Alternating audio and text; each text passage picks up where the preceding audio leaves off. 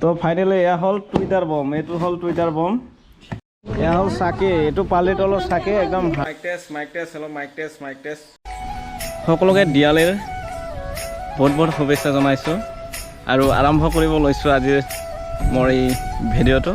তো সকলোৱে চাব ভিডিঅ'টো, লাইক কমেণ্ট শ্বেয়াৰ ছাবস্ক্ৰাইব কৰিবলৈ পাহৰি নাযাব, বেছিভাগে পাহৰি যায় শ্বেয়াৰ ছাবস্ক্ৰাইব কৰিবলৈ। তো অকণমান মৰম দি যাব, ছাবস্ক্ৰাইব কৰি দিব, সেইটোৱে আশা কৰিছোঁ। লগতে লতা বম কিবা কিবি আলু বম কিবা কিবি আছে। তো আজি একদম লতা বম টুইটাৰ বমৰে আৰম্ভ কৰিম দিৱালী। তো লৈ আহিছোঁ, অলপ পিছত আনবক্সিং কৰি আছোঁ। তো আপোনালোকে চাব ভিডিঅ'বিলাক, আপোনালোকে পাহৰি যায় ভিডিঅ'বিলাক চাব। তো ফাইনেলি এয়া হ'ল টুইটাৰ বম, এইটো হ'ল টুইটাৰ বম। ইয়াতে মেঘাদাৰ দোকানৰ পৰা লৈ আহিছোঁ এইটো। তো আনবক্সিং কৰি লৈ লওঁ, ৰ'ব 1 মিনিট, গোটেইখিনি আনবক্সিং কৰিব ওলাইছোঁ, আপোনালোকে চাব ভিডিঅ'টো। তো আনবক্সিং টুইটাৰ বম, তো এয়া হ'ল আনবক্সিং কৰিলোঁ চাওক।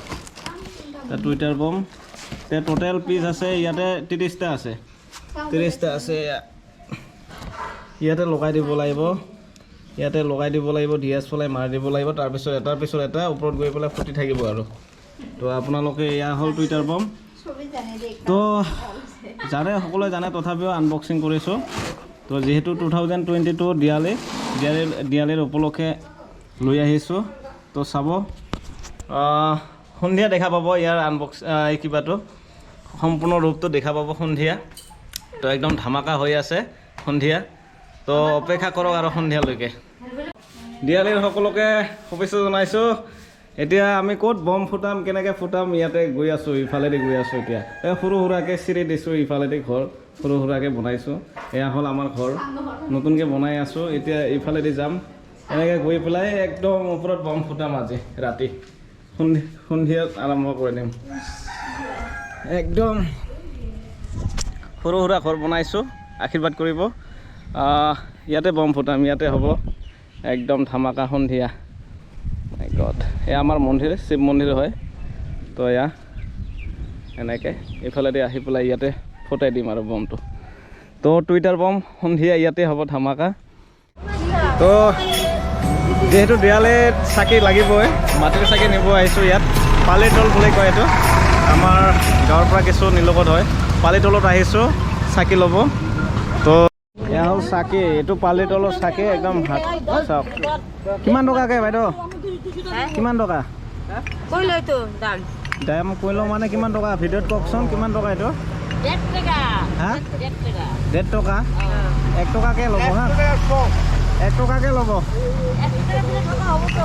দিৱালীৰ কাৰণে 1 টকাকৈ ল'ব।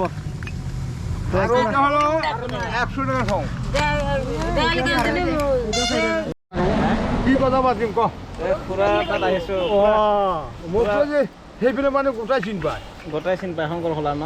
শংকৰ খোলা। তো পালিতলত আহিছোঁ, খুৰা লগ পালে একদম ভালে হৈছে, ভালে হৈছে। ৰাস্তাত চাকি বিক্ৰী কৰি আছে একদম ধুনীয়াকৈ। কম চম দিব না? কিমান টকাকৈ ক'লে? 150 টাকা চাওঁ। 150 টাকা চাওঁ।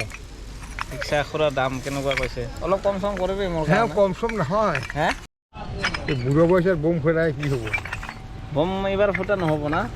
ফুটাব। তো ভাবিছিলোঁ আজি যিহেতু দিৱালী, ৰাতিপুৱাৰ বতৰটো খুবেই ভাল আছিলে, ফৰকাল আছিলে, কিন্তু হঠাৎ বতৰটো একদম বেয়া হৈ গ'ল। বৰষুণ নেৰানেপেৰা বৰষুণ এৰিব লোৱাই নাই এতিয়াও। বৰুণ দেৱতাই কি কৰিছে বাৰু নাজানো আজি। তো অলপ বাহিৰত গ'লোঁ, চাকি লৈ আহিলোঁ।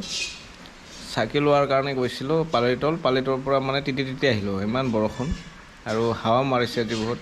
তো আহি পেলাই এয়া চাওক, বোলে ইমান ঠাণ্ডা লাগিছে মানে। এইটো জুই ধৰিছোঁ, খৰিকাত জুই ধৰিছোঁ।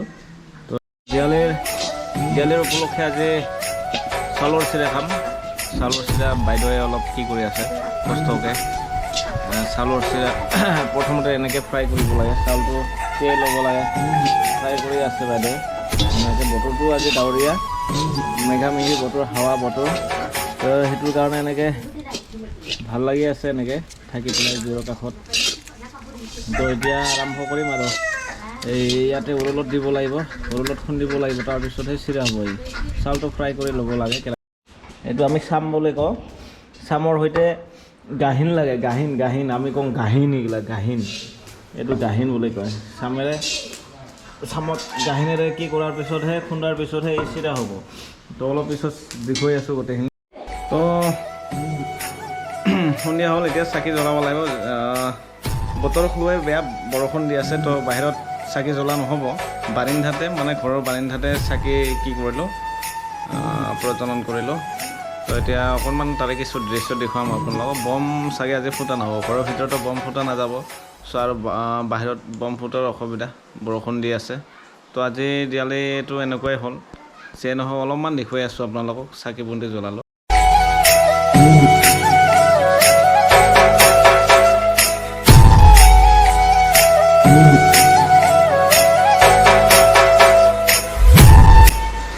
এশটা দুটা চাকিহে মানে জ্বলাব পাৰিলোঁ যিহেতু বতৰ একদম খুবেই বেয়া সেইটো কাৰণে চাকি মাত্ৰ কেইটামানহে জ্বলাব পাৰিছোঁ যদি বতৰ ভাল হয় ৰাতি আকৌ জ্বলাম আমি কলগছত জ্বলাব পৰা নাই এতিয়াও যিহেতু বাহিৰত বতৰ খুবেই বেয়া বৰষুণ সেইটোৰ কাৰণে কলগছত দিব পৰা নাই বাৰিন্দাতে দিছোঁ